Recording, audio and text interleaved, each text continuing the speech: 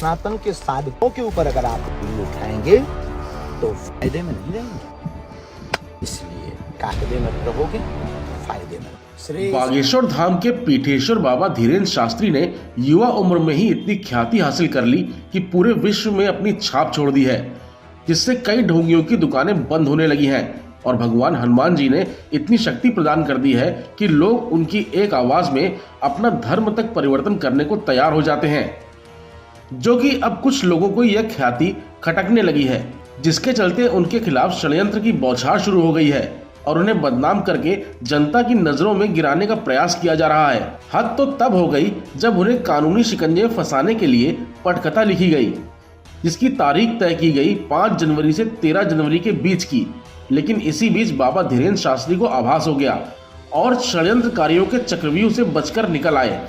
अभी नागपुर का शिष्टमंडल सामने बैठा है, नागपुर महाराष्ट्र में कथा हुई तो पहले ही हमने कह दिया था देखो भाई 7 दिन की कथा हो पाएगी, 9 दिन का टाइम नहीं है, लेकिन बच्चे नहीं माने, 9 दिन का नोट करवा दिया।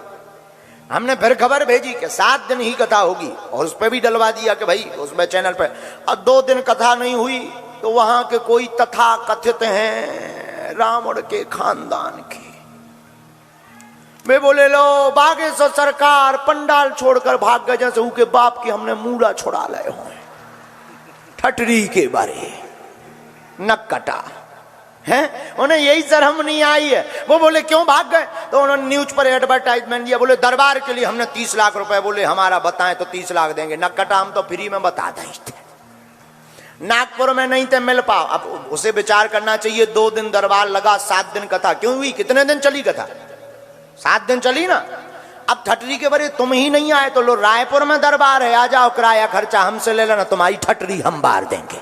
बाबा धीरेन्द्र शास्त्री को फंसाने के लिए एक कार्यक्रम का आयोजन मुंबई के नागपुर में किया गया, जहां बाबा को प्रवचन के लिए आमंत्रित किया गया। यह कार्यक्रम 5 जनवरी से 13 जनवरी तक चलना था।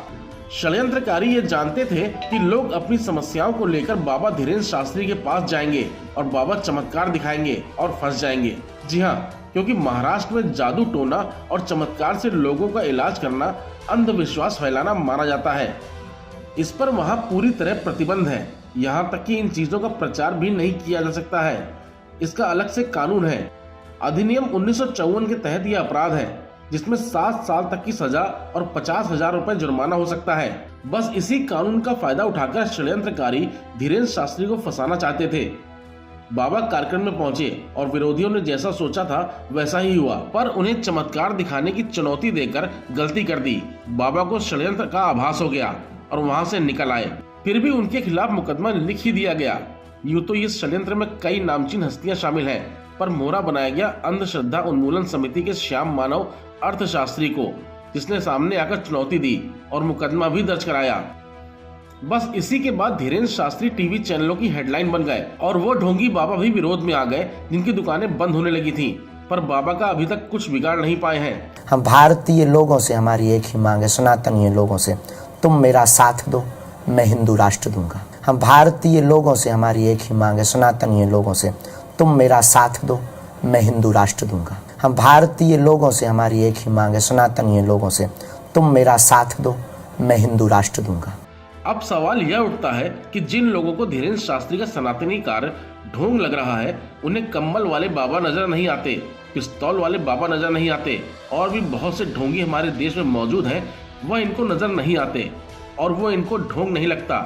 जबकि धीरेन्द्र शास्त्री न ही किसी को बुलाते हैं और न ही किसी भी प्रकार की पैसों की मांग करते हैं। विरोध का एक ही कारण नजर आता है, वो है दूसरे धर्म को कबूल कर चुके लोग बाबा धीरेन्द्र शास्त्री की एक आवाज में सनातन धर्म को कबूल कर रहे हैं, जो इन्हें पच नहीं रहा है। इतना ही नहीं, अब तो उन्हें और उनके परिवार को जान से मारने की धमकी भी मिलने लगी है।